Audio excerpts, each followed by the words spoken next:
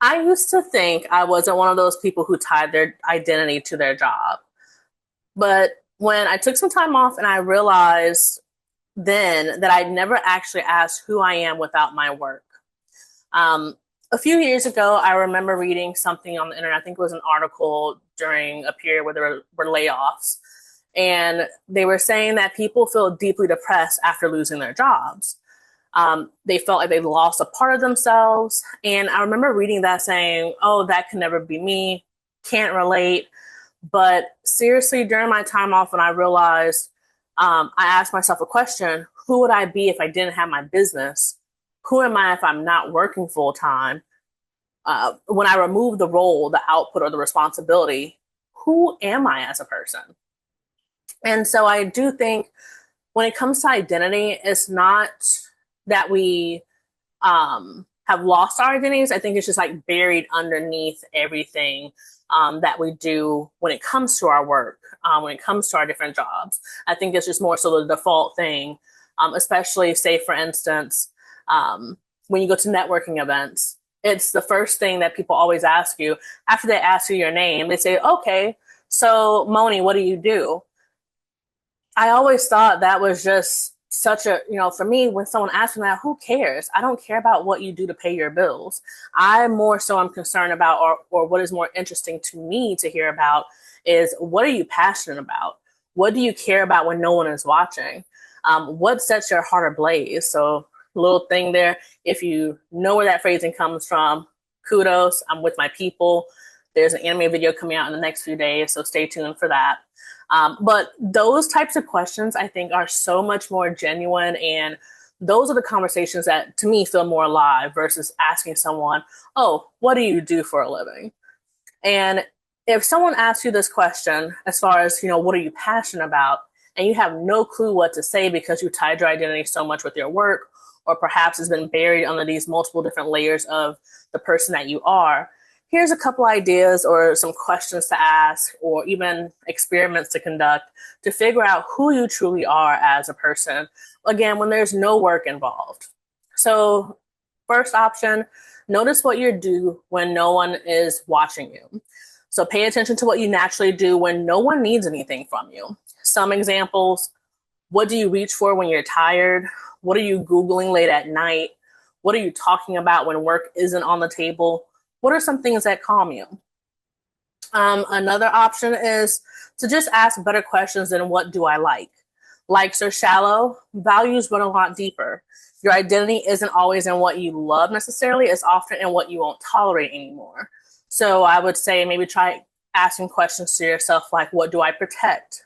What drains me immediately? What feels like relief? What do I keep returning to even without reward? Some of those questions, when I ask myself that, I love reading, I love writing. When I am drained, I love to get underneath my heated blanket with my cats and just read a book that restoreth my soul, quite honestly. Another question to ask yourself, or another thing to think about, is revisit who you were before you monetized yourself. Many people have lost touch with themselves when hobbies become their hustle. So before your interest became income, who were you as a person? What did you enjoy before it needed to be impressive? What did you love before it became productive? What did your younger self used to do to pass the time? That question right there really helped me reconnect with the loves that I had when I was younger, all the things that I would do to pass the time during the summers when school was out. That question just really helped me figure out who I truly was. So maybe that would do the same for you. Another thing that you can try is notice what you admire in other people. Admiration often points to dormant parts of yourself.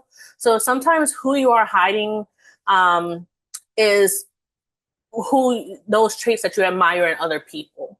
So I would say, who do you envy without resentment? Keyword without resentment. And then what traits constantly catch your attention? Those are maybe some writing prompts or reflections that you can think about when you're trying to figure out who you are separate from your work. Another thing to watch for is your nervous system, not your resume. What I mean by that is your body reacts faster than your mind does. Your nervous system knows who you are before your brain does.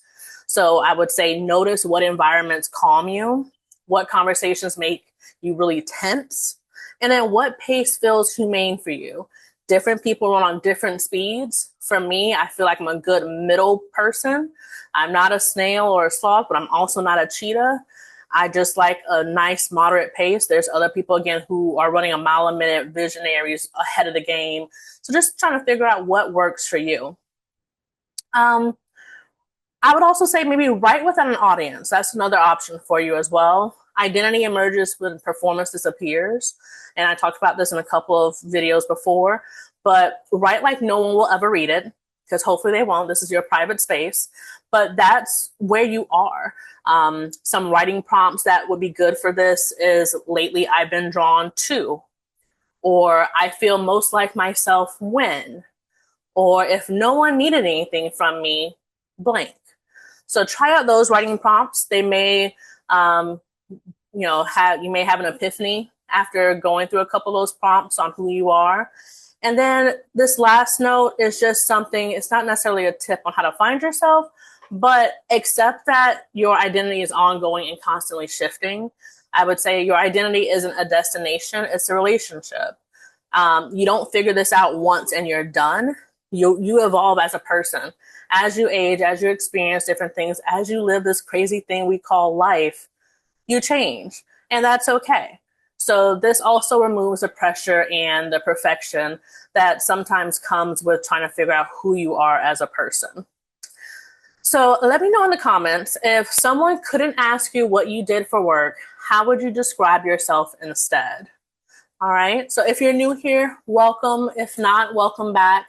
My name is Moni, and I am creating videos for those who are in the process of redesigning their lives so it fits with their goals and aspirations. And if you like this sort of thing, please like, share, and subscribe. And I make videos every day. So I will talk to you tomorrow.